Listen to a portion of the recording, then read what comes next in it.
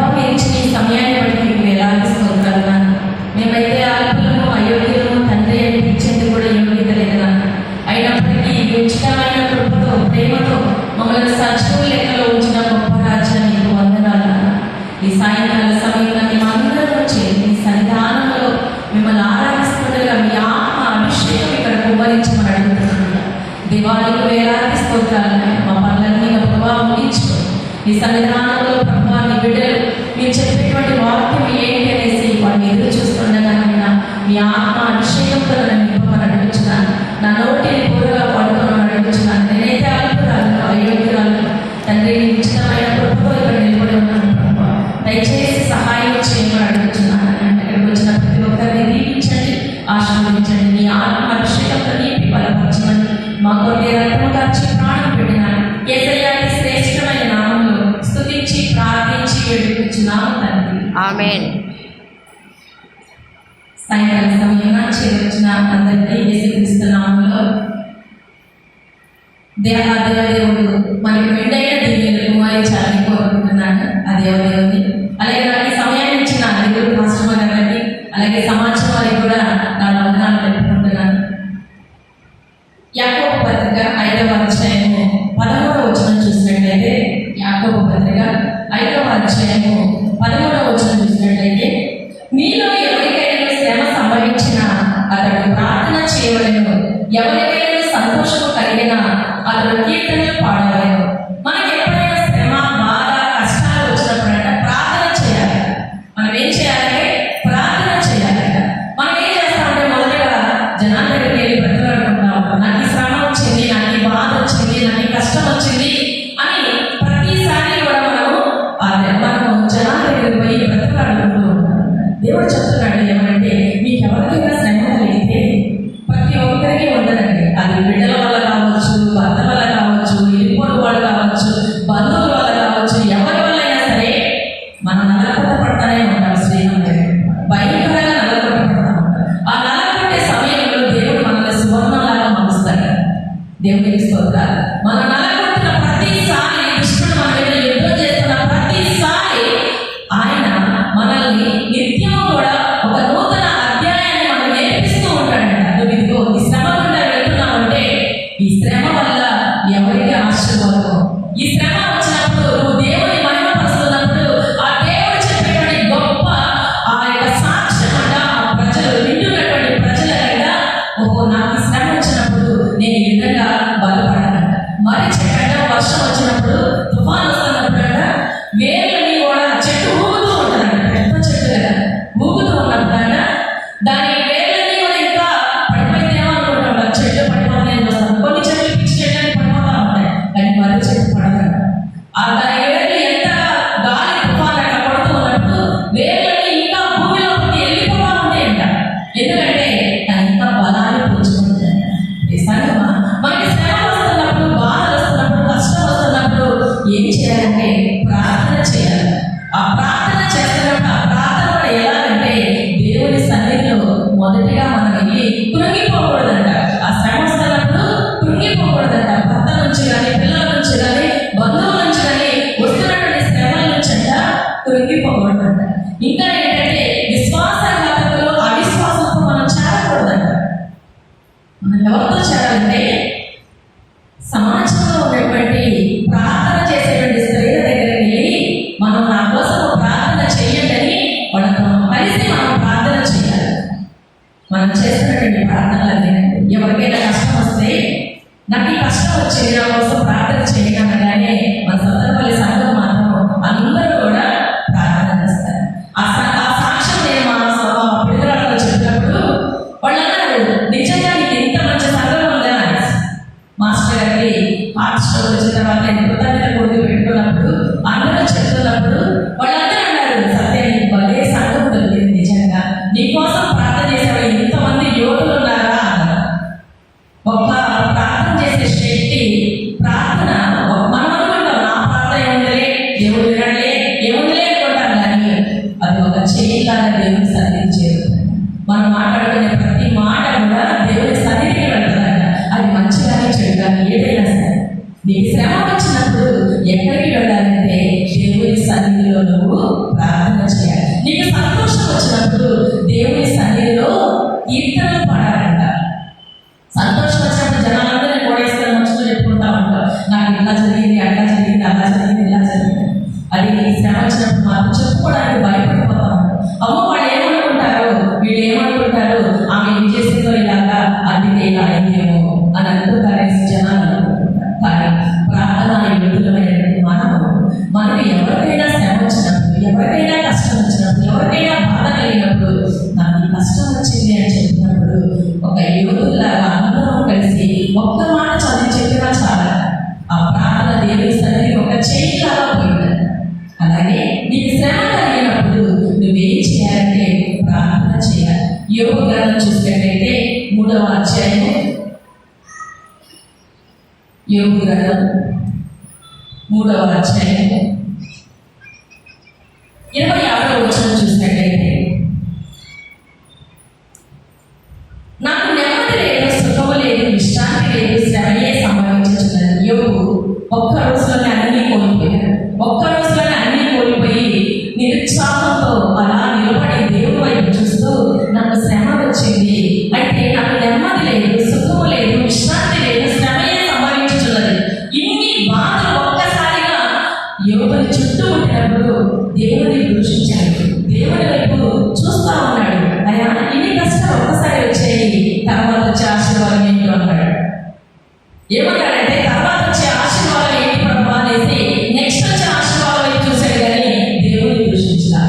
దేవుడిలో విశ్వాసంలో నడుస్తున్నట్టు మనం అంట ఆ శ్రమల వల్ల మనం వెళ్తున్నప్పుడు, ఆ బాధల వల్ల మనం వెళ్తున్నప్పుడు, దేవ రాబోయే ఆశీర్వాదం ఏంటి, రాబోయేటువంటి ఆశీర్వాదం ఏంటి, ఇప్పుడు ఈ శ్రమ నేను అనిపిస్తున్నాను, కొలిమిలో నేను నలిగిపోతున్నాను, మాడిపోతున్నాను, ఇవేమి తట్టుకోలేకపోతున్నాను, తర్వాత వచ్చే ఆశీర్వాదం ఏంటి, ఇంతకంటే మంచి ఆశీర్వాదం రాలేకపోతున్నావా, ఇంతకంటే మంచి గొప్ప సాక్షిగా నిలబెట్టబోతున్నావా అని జీవము కలిగిన తండ్రి అంటాడు అనమాట. 5వ అధ్యాయం చూసినట్లయితే యోగు గ్రంథం 5వ అధ్యాయం 6 నుంచి 8 చూసినట్లయితే, శ్రమ భూమిలో నుండి పుట్టదు, బాధ భూమిలో నుండి మొలవదు, నిప్పురములు పైకి ఎగిరినట్లుగా నరులు శ్రమానుభవంలోనే పుట్టుచున్నారు. అయితే నేను దేవుడిని ఆశ్రయించలేదు, దేవుడికి నా వాక్యము అప్పగించలేదు. శ్రమ ఎక్కడి నుంచి పుట్టుదంటే భూమిలో నుంచి పుట్టదంట, బాధ భూమిలో నుండి పొలవదంట, నిప్పురములు పైకి ఎగిరినట్లుగా నరులు శ్రమానుభవంలోనే పుట్టుచున్నారు. అయితే నేనేం చేస్తానంటే దేవుడిని ఆశ్రయిస్తాను అంటాడు అన్నమాట. నేను దేవుడిని ఆశ్రయించను, దేవుడికే నా వాక్యము అప్పగించను, దేవుడికే నేను చెప్పుకుంటాను నా బాధ అంతా. ఇంత శ్రమ వచ్చింది, ఎట్లా వచ్చిందో నాకు తెలియదు, ఎందుకు వచ్చిందో నాకు తెలియదు, కానీ తర్వాత వచ్చే ఆశీర్వాదం, తర్వాత వచ్చేటువంటి నెమ్మది ఎలా ఉంటుంది, ఎంత గొప్పగా ఉంటుంది, ఎంత ఆశీర్వాదకరంగా ఉంటుంది అని మనం ఎదురు చూడాలంట. అయితే కృంగిపోకుండా ఆయన ఏం చేస్తున్నాడంటే దేవునికి తన వాక్యాన్ని అప్పగించుకుంటున్నాడు, దేవుని కొరకే నిలబడ్డాడు, దేవునితోనే మాట్లాడుతున్నాడంట. ఇంకా చూసినట్లయితే కీర్తనల గ్రంథము 18వ అధ్యాయము, సామెతల గ్రంథము 24వ వచనం చూస్తే 24వ అధ్యాయం చూసినట్లయితే సామెతల గ్రంథము 24వ అధ్యాయము, సామెతల గ్రంథము 24వ అధ్యాయము 10వ వచనం చూసినట్లయితే, శ్రమ దినమున నీవు కృంగిన ఎడల నీకు చేతగాని వాడవద్దు. శ్రమ వచ్చినప్పుడు మనం కృంగిపోకూడదంట, బాధపడకూడదంట, వేదన పడకూడదంట. అయితే దేవుడు చెప్తున్నాడు, నీకు శ్రమ వచ్చిన కృంగిపోతున్నావేమో, మనం కృంగిపోకూడదంట. దేవుడి సన్నిధిలో నిలబడి ఆయన వైపు నేను చూస్తూ, నాన్న ఈ శ్రమ వచ్చింది, ఈ శ్రమను చూస్తూ నేను కృంగిపోకుండా నీ వైపు చూస్తున్నాను కాబట్టి నువ్వు చేసేటువంటి అద్భుతం ఏంటి, నేను ఎప్పుడు ఈ శ్రమను నేను జయించగలుగుతాను, ఎప్పుడు ఈ శ్రమను నేను అధిగమిస్తాను, ఆ శ్రమ నుంచి నేను ఎప్పుడు బయటకు వస్తాను. అయితే దానిలో నేను బయటకు వచ్చేంత వరకు నీ వైపే నిన్ను చూస్తూ నా యొక్క పాపాలు నేను ఒప్పుకునే విధంగా నన్ను పరిశుద్ధపరచు. నేను చేసినటువంటి పాపంలో బట్టి నాకు ఈ శ్రమ వస్తే, ఈ శ్రమ కనుక నాకు వస్తే నన్ను క్షమించు అనేసి ఆయన సన్నిధిలో శ్రమ దినాన నీవు కృంగిన ఎడల నీవు చేతగాని వాడవద్దు. శ్రమ దినాన మనం కృంగిపోకూడదంట. శ్రమ దినాన మనం కృంగిపోతే ఆయన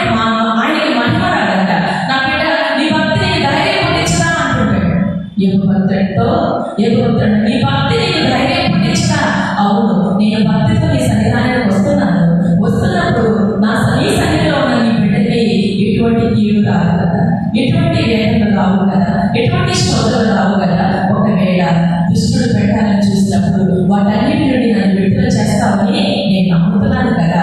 ఇది ధూళిలాగా కొట్టుకుపోయే విధంగా, ఈ శ్రమ అనేది ధూళిలాగా కొట్టుకుపోయే విధంగా నన్ను పరిపూర్ణాలుగా చెయ్యి అని ఆయన సన్నిధిలో మనం మొదలుపెట్టాలంట. కృంగిపోకుండా ఆయన సన్నిధిలో మనం ఆయన వెతుకుతూ ఉన్నప్పుడు ఆయన కృప మన మీదకి వస్తుందంట. ఇంకా చెప్తున్నాడు అనమాట. 25వ అధ్యాయం చూసినట్లయితే 25వ అధ్యాయము 19వ వచనం చూసినట్లయితే ఆయన సన్నిధిలోకి మనం వచ్చినప్పుడు ఆయన సన్నిధిలో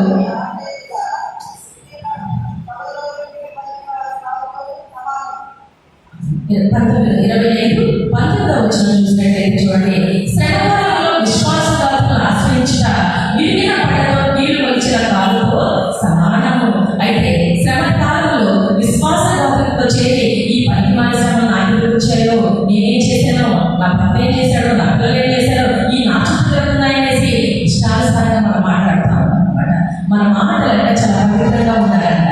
దేవా, నాకు ఈ శ్రమ వస్తున్నప్పుడు నేను నా నోటిని అదుపులో ఉంచుకునేలాగా నన్ను పరిపూర్ణంగా చేయి. నేను ఇంకా నోటి ద్వారా పాపం చేయకుండా నీ సన్నిధిలో కనిపెట్టేటువంటి కృపనివని విశ్వాసఘాతులతో మనము ఆశ్రయించకూడదంట. అవిశ్వాసంతో మనము పొందకూడదంట. మన దగ్గర వెళ్ళకూడదని కాదు, కానీ వాళ్ళని కూడా దేవుడు మనలో నడిపించాలని దేవుడు కోరుకుంటున్నాడు. కానీ అయితే మన శ్రమలో మన బాధలు వాళ్ళకి చెప్పినప్పుడు వాళ్ళని ఎక్కడ చేస్తారు? విశ్వాసంతో చెప్పి నీ కోసం ప్రార్థన చేస్తారు, కానీ అవిశ్వాసంతో సాంకేతికం పొందితే వాళ్ళు అవహేళన చేయలే కాదు, నిజంగా ఇష్టానుసారంగా మాట్లాడారు. ఆ మాటలు ఇంకా మళ్ళీ మనం ఏం చేస్తామంటే లోకంలో వెళ్ళిపోతాం అనమాట. ఆ మిలాంటి అలా అనేసి మన ప్రార్థన సమయం మొత్తం కూడా వృధా చేసుకుంటామన్నమాట. ఈ సంఘమా ఎవరితో పొందాలి అంటే దేవుని సన్నిధిలో ప్రార్థన చేసేటువంటి ఆ సంఘంతో నువ్వు ప్రార్థన చేయించుకోవాలి. శ్రమ వచ్చినప్పుడు నువ్వేం చేయాలంటే ప్రార్థన చేసే యోగ్యురాలిగా ఉండాలి. విరిగిన పళ్ళతో నీళ్ళు వచ్చిన కాలుతో సమానం అన్నమాట. విరిగిపోయిన పళ్ళతో నువ్వేమీ తినలేదు. అయితే చర్మం వచ్చినట్టుగా నీ శరీరం ఉన్నప్పుడు ఆ బాధలు దేవుని సన్నిధిలో ప్రార్థన చేయదు. ఎందుకంటే ఆ పరిస్థితులు ఇంకా నేను పాపంలో ప్రేరేపిస్తే కానీ ప్రార్థన చేయాలని నీవు ముందుకు రాలేవు అనమాట. మన శ్రమకుండా వెళ్తున్నప్పుడు, బాధలుగా వెళ్తున్నప్పుడు మనకి చెప్పుకోలేని ఎన్నో సమస్యలు ఉంటా ఉంటాయి.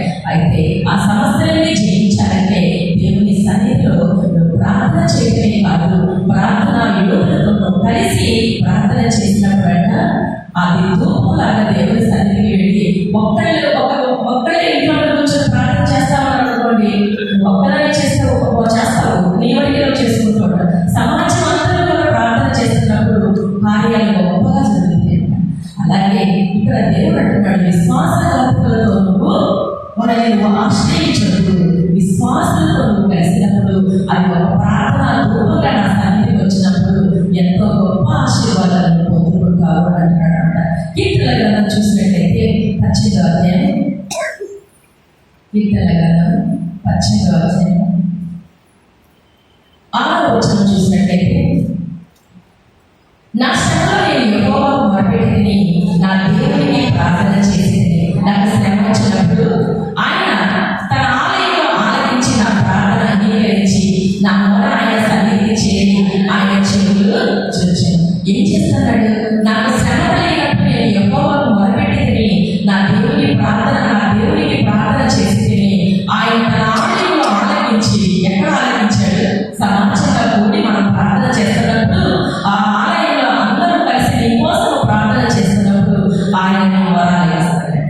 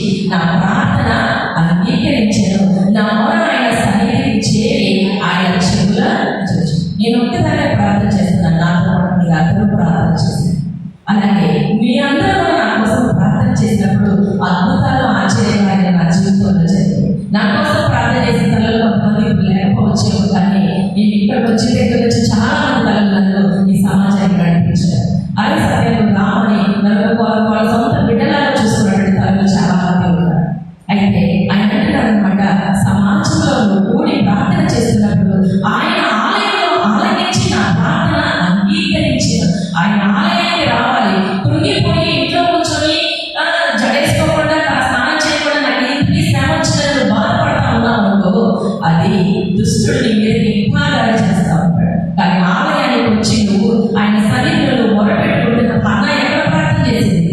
ఆలయానికి వచ్చి ప్రార్థన చేసింది, ఇంట్లో కూర్చొని ప్రార్థన చేయాలన్నా. అలాగే అన్న ప్రార్థన చేసింది కాబట్టి ఒక గొప్ప ఆశీర్వాదాన్ని పొందుతుంది. నీకు శ్రమ వచ్చినప్పుడు నువ్వు ఎక్కడికి వచ్చి ప్రార్థన చేయాలంటే ఆలయానికి వచ్చి ప్రార్థన చేయాలి. అలాగే కీర్తన గ్రంథం 90వ అధ్యాయం చూసినట్లయితే 90 చూసినట్లయితే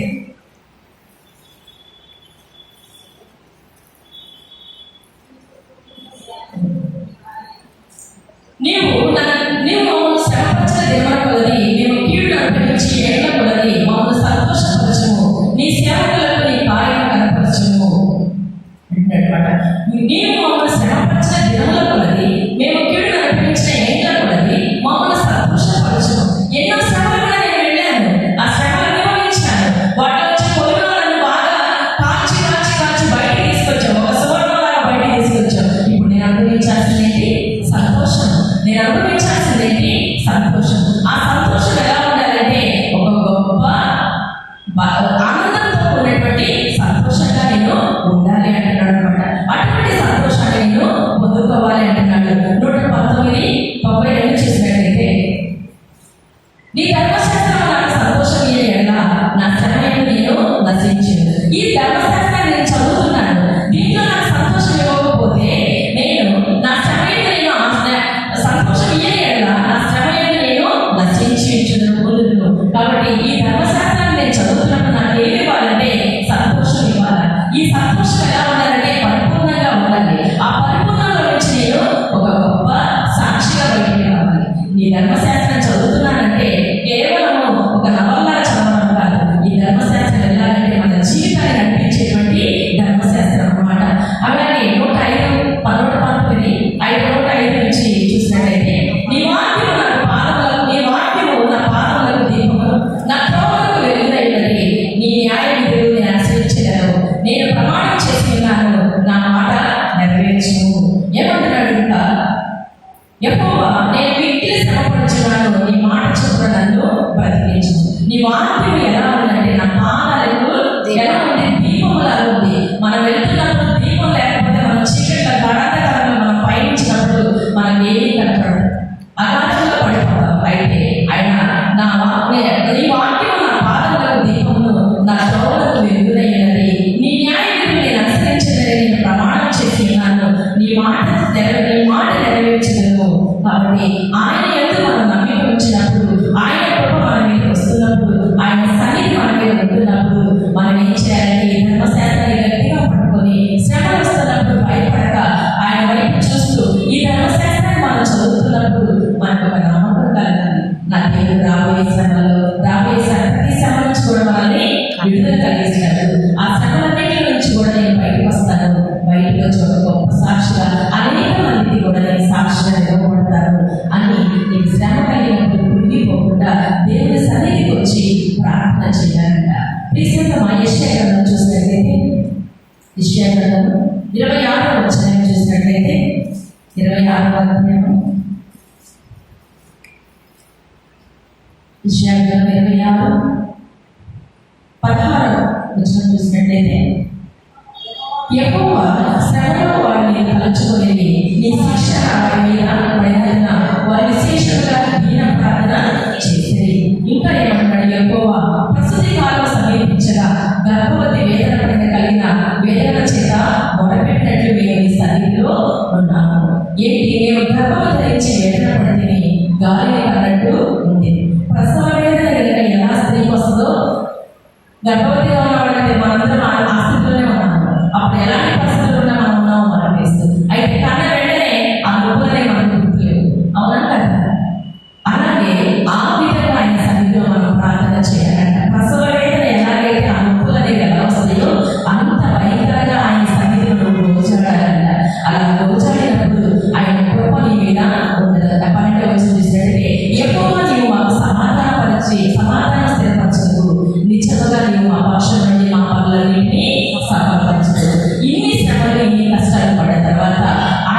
అనుగ్రహించేబడి గొప్ప ఆశీర్వాదం అంటే నువ్వు చేసిన ప్రతి ప్రార్థన ఆయన ఆలకిస్తాడు.